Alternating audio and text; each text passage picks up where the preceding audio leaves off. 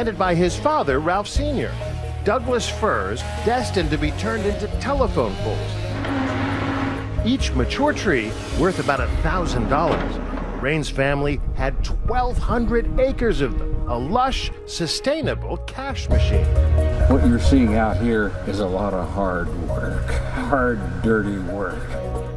The tree farm is intended to go on for many generations. It's a habitat, it's an investment for a lifetime, many lifetimes. This here is a wild strawberry plant. Oh, cool. Clearly, Ralph Raines was more into greenery than greenbacks. It's not even clear he knew how rich he was, but he wasn't totally down to earth. I'm interested in the paranormal. He loved psychics, so when a psychic named Rachel Lee opened a new palm reading shop in Bend, Ralph paid her a visit. It was at that point they began to develop a relationship. Donna Brecker-Maddox is a federal prosecutor. She says that meeting would change Ralph's life.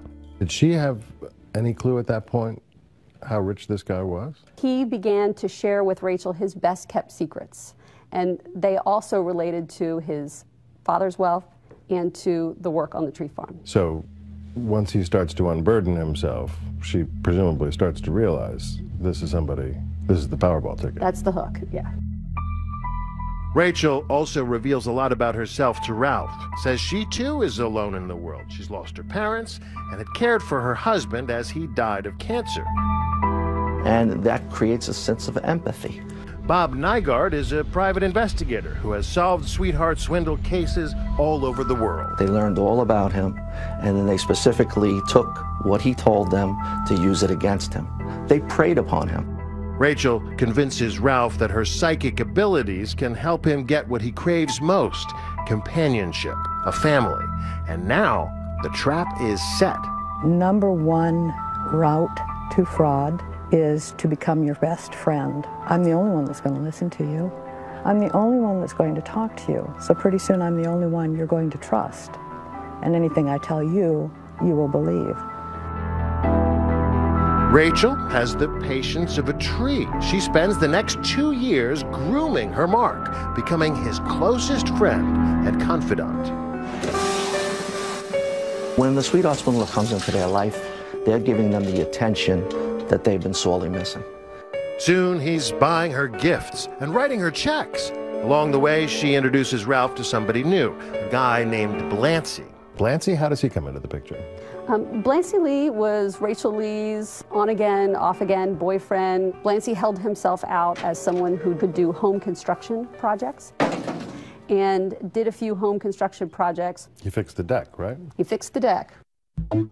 Blancy and Rachel come from California and until now appear to be living a middle-class life off Rachel's earnings as a psychic. But 2 years into the con, things really begin to escalate. Rachel, who has established herself as an authority on bookkeeping and personal finance, convinces Ralph to purchase this 4,600 square foot house, a 4-bedroom Tudor in an exclusive suburb of Portland. Price tag, $915,000, a home he will never live in. What was the reason that they bought this home? Rachel Lee at the time led Ralph Raines Jr. to believe that if he purchased this home, it would be a good investment for him in the long run. She also let him know that it could be a place for her and some of her family members to live while they waited to sell it.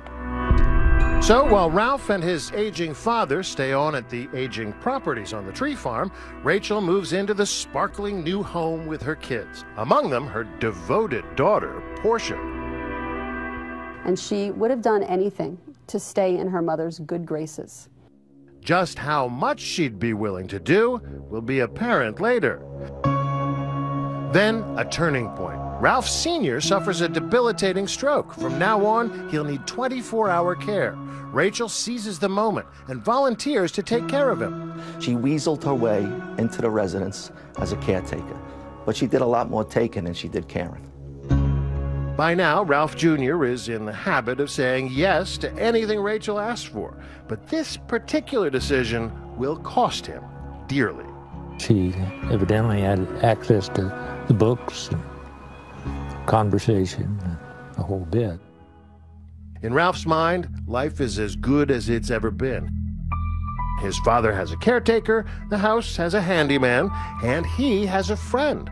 Someone who can help him shoulder the burden of the family business. Someone in whom he can confide all his secrets. The only thing missing, the thing that he wants most of all, is a family, a wife and child. And that's just what Rachel intends to give him. She created a fake world for him designed to exactly meet all the desires and wishes that he ever wanted to have. In exchange, she'll get to live the life she always dreamed of. We'll be in Florence tomorrow. It was beautiful. Glency enjoyed it. Ciao. Stay with us.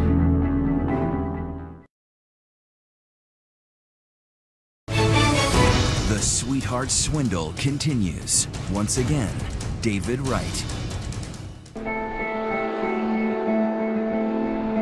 The plot thickens at Portland International Airport one bright October day in 2007. Ralph Raines is on his way home from a timber convention. He calls Rachel Lee, his bookkeeper and his father's caretaker, for a ride home. But secretly, she has other plans to take him for a ride. Her devious plot about to deepen in a big way. He was instructed by Rachel Lee to sit outside on one of the benches. Ralph likes blondes with fair skin. Rachel knows that from all their private conversations. So the psychic is about to play matchmaker. She found his dream girl. She did. She created it. An attractive stranger sidles up to the bench, a blonde with a British accent who introduces herself as Mary Marks. She approached him and asked him if his name was Ralph. He said yes and was somewhat surprised by that. And from there they engaged in a conversation. On that airport bench, she tells Ralph she has psychic powers too. She offers to give him a reading. Armed with a few details secretly provided by Rachel, the reading is spot on. Ralph Raines Jr. is hooked. Mary Marks tells Ralph the occult is just her hobby. She's a bookkeeper by trade. She explained to him that she was actually a British citizen that was here in this country, and that she could potentially help him with the finances for his business. Sure enough, she's soon up at the tree farm, helping Rachel out with the books. Old Ralph thinks the two women, who he thinks have never met before, will act as a checks and balances system, one keeping an eye on the other. Instead, Ralph's now got two financial femme fatales on the books. They were taking over the management and the bookkeeping. You give up everything and you let somebody else control you. Why the British accent? Mary Marks tells Ralph she needs a green card, and eventually he agrees to marry her, all thanks to Rachel's matchmaking. Rachel Lee had all the information she needed to craft the exact fake lifestyle that this victim desired more than anything else. And that included a fake wife and eventually a fake child.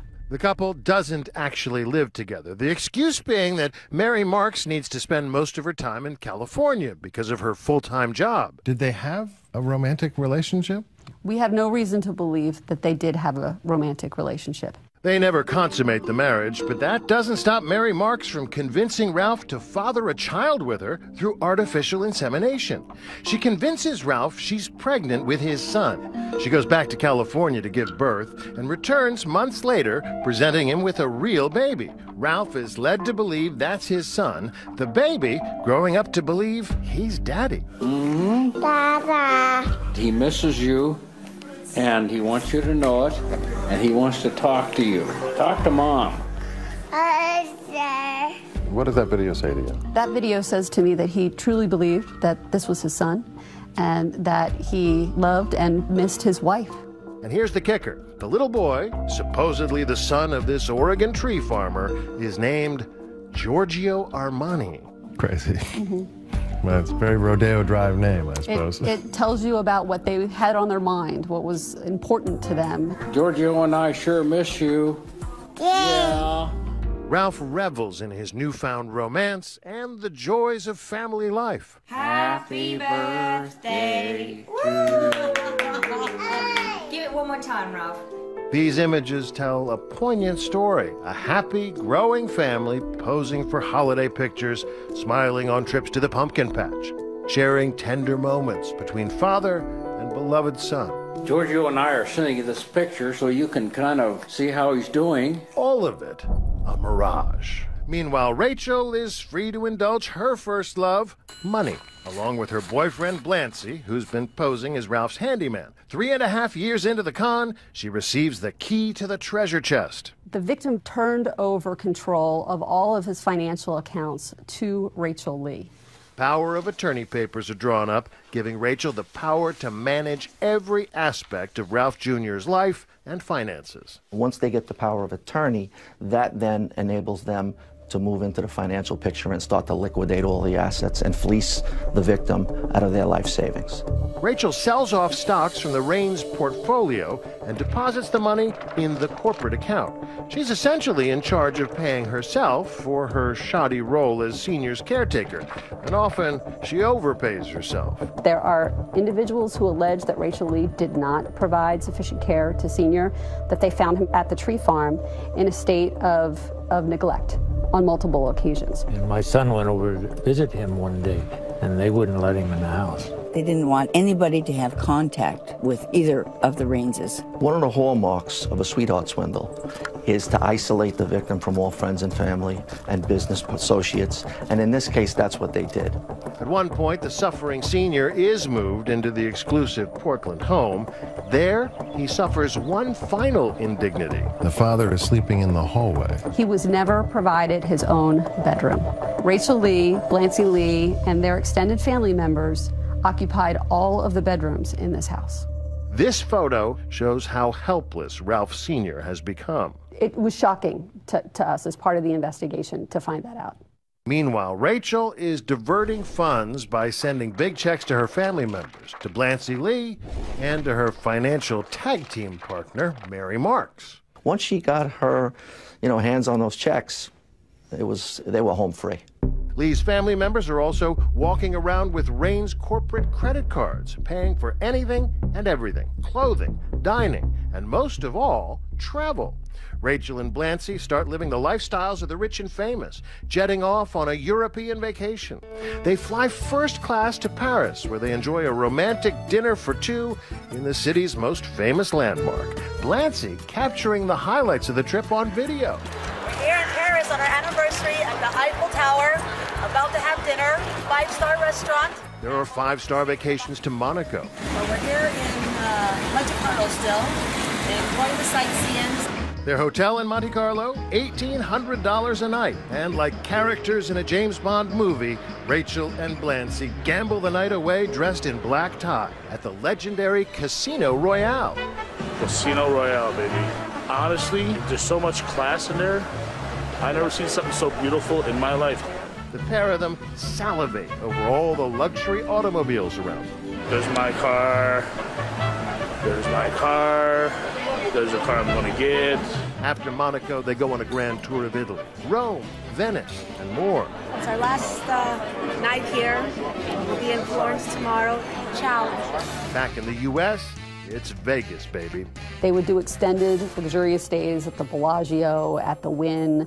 They like to gamble.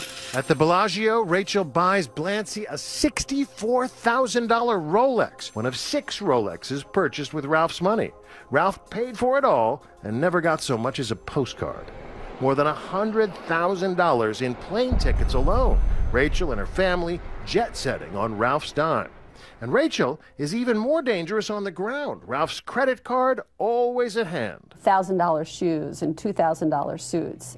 They lived to excess in every way. More than $300,000 of Ralph's money just at Nordstrom's. A money trail a mile long, and the beauty of the scam is that none of it traces back to them. Anybody looking at the bills would think Ralph Raines was the one on the spending spree. This is one of the craziest cases I've ever seen. This is right out of a Hollywood script. In 2011, Rachel's career as a caretaker comes to an end when Ralph Raines Sr. dies at the age of 91. Ralph Jr., thinking ahead, makes space on the tombstone for himself, his beloved bride, and his son.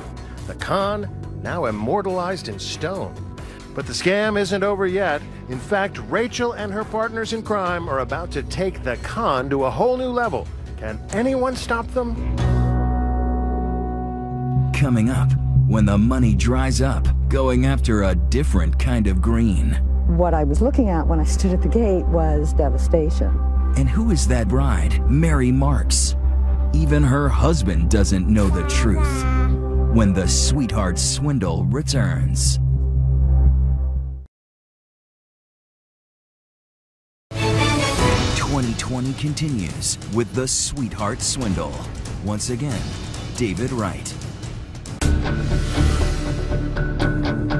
I'm Liz Crothers. I'm a detective with Portland Police. Detective Liz Crothers sees the world through cop's eyes, even when she's just driving to work. I live outside of a town called Canby, and I drive through there every day. On her daily commute into Portland, head turning, eyes darting, Crothers spotted something that triggered her police sense. This building here. I noticed a house right on the main highway that was being extensively remodeled, and that remodel job was taken about 1.5 years, and that seemed like a long time for a remodel job. This town, Canby, is a very small farming community. A horse in a farm town shouldn't raise eyebrows, but this one sure did.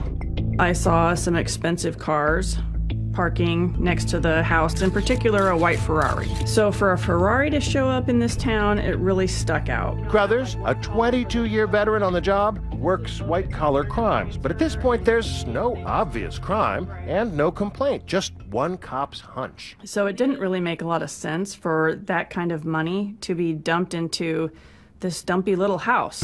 The license plate, Mr. Big, registered to one Blancy Lee. I noticed a smart car that parked there, and the license plate on it said Mary with a little heart shape, Ralph. So I got to wondering who Ralph might be. The modest little car belongs to Ralph Raines, who also owns the property. In fact, it's one of a number of psychic shops and other real estate recently bought in his name, from Oregon to California. We were very concerned that we had a Sweetheart Swindle on our hands. Why would an Oregon tree farmer be investing in psychic shops? She has no idea, and it bugs her. Crothers is onto something, but for now, the pieces to the puzzle simply don't fit. We still had no crime, we had no victim, and more importantly, we didn't even have jurisdiction. And so, much like the trees at the Raines property, the fraud is permitted to grow, reaching new heights. Rachel, a woman with only a grade school education, acts like she has an MBA and a PhD in psychology. She's a master manipulator, wheeling and dealing with lawyers, accountants, and realtors, all the while reassuring Ralph that everything is under control. Then, 1.5 years later, a chance encounter changes everything. Detective Crothers is at a training seminar, and she happens to sit next to another detective. And at one of the breaks, we got to talking, and he mentioned that he was from Canby Police Department. That detective is 28-year veteran Steve Floyd, computer forensics, his specialty. And I very flippantly sort of asked him, what are you going to do about that psychic shop right in your backyard? Floyd is drawn to the case in part because his dad was a victim of elder abuse. The house was being fully remodeled, high-end stuff. There's another person there too, Raines' family friend Marlene Olson, who grew up logging in Oregon. Now she works for the Department of Justice. And I turned and said, Ralph Raines, Raines Tree Farm? Marlene popped up and said, Ralph Raines? I know him. I know that property. I used to be a logger. In fact, I used to go walking all over Ralph Raines' tree farm. What are the odds that the three of us would be in the same place at the same time? From that chance encounter, an unofficial task force is born. They bring in Cameron Wall from the IRS to dig deeper into the finances. The unit now has the expertise, the jurisdiction, and the juice to turn this into a federal case. I've never worked anything like this in my career, and I don't expect to again. Because she used to work as a logger on the tree farm, Marlene Olson is asked to quietly poke around. She's stunned by what she sees. It still takes my breath away when I think about it. What I was looking at when I stood at the gate was devastation. There was no trees. That lush, sustainable ATM stripped bare. Whoever said money doesn't grow on trees never imagined a swindler like Rachel Lee. Once the investment accounts are liquidated and there is no money left in the investment accounts, Rachel Lee turned to the one asset that was left. That was the tree farm.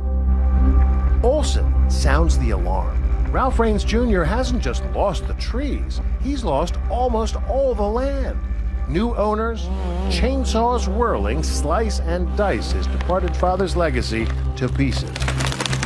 With the sale, Rachel Lee has turned herself into an instant millionaire. She sold off that tree farm in 4 parcels that brought in $12 million in 1 year. Adding insult to injury, Rachel told Ralph he's flat broke. Rachel told him that he had to sell the tree farm to pay his inheritance tax. He says, Don, I don't know what I'm going to do. I'm broke.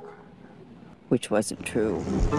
The man who spent his whole life tending these trees now watches his fortune fall. Ralph Raines ends up with just 2 slivers of land to provide for his wife and child, while his trusted confidant Rachel is now going wild providing for herself. And as soon as that money began to roll in, she and Blancy Lee and the rest of the family really ramped up the lavish spending. As soon as the land sale went through, Mr. Big made good on that promise he made back in Monte Carlo. There's my car. There's a car I'm going to get. The not-so-handy man splurges on not 1, but 2 brand-new cars. He bought the Ferrari, and the next day he saw a Bentley. He spent $500,000 on 2 cars in 2 days. The Ferrari that first caught the eye of Detective Crothers, now going nowhere fast in this undisclosed IRS warehouse. Inside the Ferrari, Mr. Big left his calling card. Look at this. There's a prayer card here. It says on the back, Lord Jesus Christ, Son of God, have mercy on me, a sinner. That's for sure. Now the day of reckoning is fast approaching. Prompted by all those suspicious transactions, Detective Floyd drives through the barren landscape that used to be the Raines Tree Farm to ask Ralph a pressing question. I needed to know if he was a victim. So this was full of trees? Yes. Kind of a metaphor there for what happened to his financial life, huh? They took it, yeah. Cut it, spent it, wasted it. He knocks on the door and immediately asks, what does Ralph know about Rachel's creative approach to accounting? He started asking me, do you know that she's spending $230,000 on a Ferrari? When we return, Ralph's reaction. For the first time ever, the very private Ralph Raines goes public. Well, that is a weird story. And next, it's about to get weirder. And maybe even deadlier. You were concerned that he was going to get killed. After all the money's gone, is he worth more dead than alive? When the Sweetheart Swindle returns.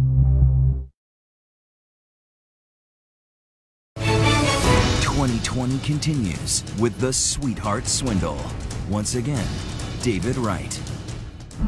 His beloved Douglas firs have been clear-cut. His father's legacy gone. But Ralph Raines Jr. appears to have no idea where the money went. When we were up at the tree farm with Detective Floyd... Hello, Ralph. Yeah, hi. Ralph refused to talk to us. Are you, I will not talk. But late last week, he had a sudden change of heart. Would you mind show us around? Well, yeah, to a point. Opening up to one of our producers. We have a sustainable certified forest. Mostly, he wanted to talk about trees. He explained there was plenty he couldn't discuss about the case. I'm going to be quiet on that. Yeah, my lawyers have told me say nothing. But then he invited us up to his house for a longer chat, discussing his side of that first encounter with the task force. He says, let me show you some things. They went down the list. Expensive cars he'll never drive, vacations he never took, mansions he'll never live in. I said, well, I got Rachel taking care of a lot of my affairs. He was just completely checked out on Yeah, didn't want to deal with it. Gave it to Rachel, let Rachel deal with it. She's taking care of me. And he said, she is not. And, well, I was willing to listen to them. I felt we had a problem. The investigators now worry that by confronting Ralph, they may have tipped their hand. Right after they spoke with him, the very first time, they realized that he was going to immediately go to Rachel Lee about the allegations. Sure enough, they were right. I sprung this on Rachel, and Rachel's jaw dropped. The detectives move fast, getting a search warrant for that psychic shop in Canby, which turns out to be a treasure trove of evidence. We found Rolexes, expensive-looking jewelry, valuable coins. But there's more than just bling. Investigators discover what appear to be disguises. We found 2 different sets of blonde wigs. The second blonde wig we found was tucked in between the mattress and the bed frame, and it also had a pair of glasses and a hat with it. Blonde wig, glasses, and a hat? That description fits Mary Marks to a T. Investigators now make a hair-raising discovery that blows the case wide open. Ralph's bookkeeper bride, Mary Marks, is really Rachel's daughter, Portia Lee. Rachel Lee used her own teenage daughter to scam Ralph Raines Jr. Yep, take a look at this Halloween photo. Ralph's not the only one wearing a costume. Remember that chance meeting at the airport? Land of perfection by Rachel, who pimped out her own daughter to seduce Ralph and become his wife. A charade Portia somehow managed to keep up for 7 years, putting on the wig and the British accent. You can hear it here. Happy birthday to you. Give it one more time, Ralph. A major player in the scam, and it turns out she was a minor. At the time that Rachel Lee enticed her daughter to become part of this fraud scheme, Portia Lee was 17 years old. And what about that exquisitely named child, Giorgio Armani, supposedly conceived through artificial insemination? He's another stand-in, a grandchild of Rachel Lee from a different daughter. At one point, Mary Marks even wore a fake baby bump.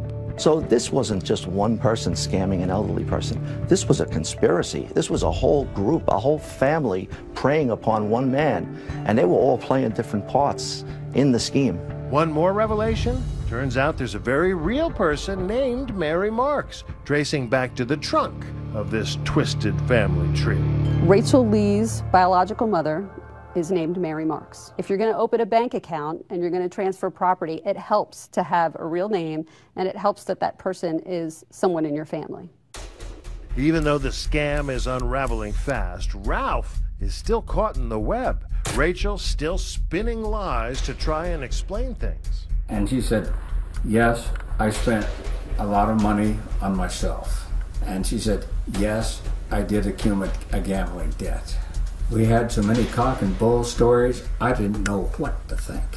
But at the one-horse tavern in this one-horse town, the locals say it was perfectly obvious this little acorn didn't fall from that tree. You didn't think it was his kid? No. How come? Didn't look like nothing like it. They tried to tell Ralph, but he wouldn't listen. I told him, I said, I didn't think that was your kid. And what did he say? He said, yes, it is. He believed it. Yeah. And what about others who were unwittingly involved? Raines' accountant, his business attorney. We don't know what they knew or thought. They declined our request for comment, but authorities say they never raised the alarm. The reason it got so bad was I didn't get enough good advice on what to do and what I can't do. And it sounds like there's plenty of people who should have known better.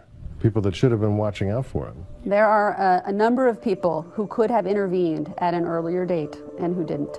It was about this time Raines hired a new lawyer, Brett Hall. Brett Hall, that's right, yeah. Did he have a clear sense as to how much he had lost?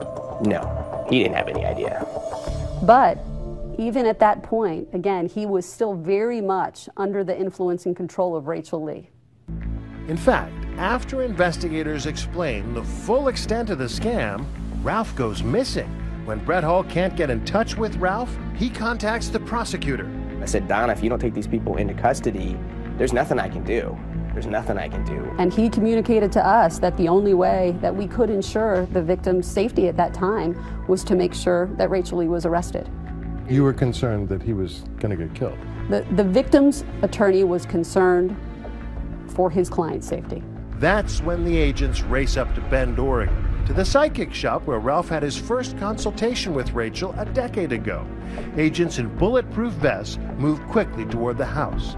Inside, they find Rachel and Portia, bags packed, looking like they're about to embark on a Thelma and Louise-style getaway. The bags were packed, and it looked like they were getting ready to leave. They had what we call burner phones. They had gotten rid of their traceable iPhones and had disposable phones. And Portia Lee had $36,000 in cash in her underwear. In her underwear? In 3 rolls in her underwear. No sign of Ralph in the psychic shop, but out back, in a separate building, they do find him, squirreled away and not at his best. I would describe it as disheveled. I had met him on 2 prior occasions, and he didn't recognize me even when I introduced myself. Property owner Randy Sargent shows me the room where they found him. The heir to a multi-million-dollar timber fortune, living in a converted garage. Not exactly a multi-million-dollar home, huh? No, it's not. The IRS agents lead mother and daughter out in handcuffs. First Portia, then Rachel. Later, Blancy turns himself in. Prosecutors claim the woman took advantage of a Washington County farmer and burned through millions of dollars. On a walk through the house, the items they left behind tell their own story. We notice a picture, a smiling Ralph Raines Jr. with a young boy he loved like a son. We did a lot of things together. I have very good memories from them. Up next, Judgment Day for the scammers. Mary Marks unmasked. And then she took it off. Correct. But even now, with the scam exposed, Ralph Raines is still in love with Mary Marks, his bogus bride. I can say this, I view Mary as a real person. His blind devotion now threatens to torpedo the case. I'm not a victim. When we come back. The Sweetheart Swindle continues. Once again, David Wright. The federal courthouse in Portland, Southwest Salmon Street. Ralph Raines is a fish out of water, now almost bankrupt by the family of fraudsters he bankrolled. The amount they stole from him is staggering, more than $15 million. But astonishingly, he doesn't blame them. I have very good memories from them. We did a lot of things together, and with my dad and Giorgio. That sentiment made the prosecutor's job harder. As they were working to win a conviction, Ralph was writing them notes like this one, insisting, "I'm not a victim." There's that handwritten note. I'm not a victim. We were not surprised at all that Mr. Raines would come in multiple times to cover for Rachel Lee. The handwriting is Ralph's, but the words come straight from Rachel. When Rachel Lee realized that the meeting that Mr. Raines had with agents hadn't stopped our investigation, it was then that she began to work with him to craft the letter that you referred to. How's that possible? For 10 years, Rachel Lee brainwashed Ralph Raines Jr. It's unclear what he understood at the time. The brainwashing so complete that at the sentencing hearing, Raines actually takes the stand, raising his ring finger high to prove to everyone he still loves his wife, even though she and her family took him for all he was worth. And he's still wearing his wedding ring. Yeah, that's the most heartbreaking at all. Maybe the day he takes it off, we can all breathe a sigh of relief. He hasn't taken it off yet. Mary gave me the ring. I view myself as I was married to her. That, even after an unorthodox meeting just prior to Portia Lee's sentencing. Ralph Raines Jr. had never before seen Mary Marks out of disguise. So the prosecutors agreed to a sit-down where the bogus bride would reveal all. She wore the hat and the wig, and then she took it off. Correct. But he's still not convinced. I view Mary as a real person. In court, Portia Lee claims she's a victim, betrayed by her mother, forced to wear that disguise. The judge doesn't completely buy it. She had an opportunity to stop this years ago, and she chose to stay engaged in the fraud. She chose to play a fake wife for years. 25-year-old Portia is sentenced to 33 months in prison, roughly 2.5 years. Blancy gets 24 months, 2 years, a reduced sentence because he cooperated. He promises to pay Ralph back, which may take a while, as Blancy was last seen selling cheesesteaks from this trailer under the alias of Gino. Rachel Lee, the mastermind, gets the longest sentence of all, 100 months in federal prison, about 8 years. Amazingly, Ralph Raines wishes only the best to the gang who stole $15 million from him. I want them all to get out and do well. Yes, start leading a normal life. I want them to do well honestly. He still wishes he could play a role in the life of the boy whose companionship meant more to him than money. Little Giorgio now lives in California with his real mom, Portia's sister. Ralph hopes he was a good influence. I do have an interest in Giorgio, even though he's probably not my child, because I took the boy in and I had a relationship with the boy. Ralph Raines now has a court-approved conservator, someone to protect any money recovered from the sale of the cars, the real estate, and the other assets from any future swindlers. It's going to be several $1 million by the time we get it back to him. But nowhere close to 15 million. Nowhere close. Ralph will have enough to live on quite comfortably for the rest of his days. I expect to live another 5 to 10 years. I just want to watch the trees grow. The Raines tree farm may be gone, along with most of his inheritance, but Ralph isn't bitter.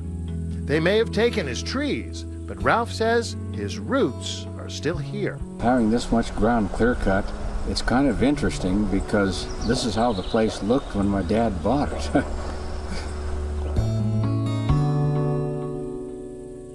You've just seen how easy it is for con artists to take your money. So if you suspect someone you know is being taken advantage of, go to our website, abcnews.com, click on 2020, and we've got help for you tonight. I'm David Muir. And I'm Elizabeth Vargas. For all of us at 2020 and ABC News, thank you so much for watching. Have a great weekend. Good night.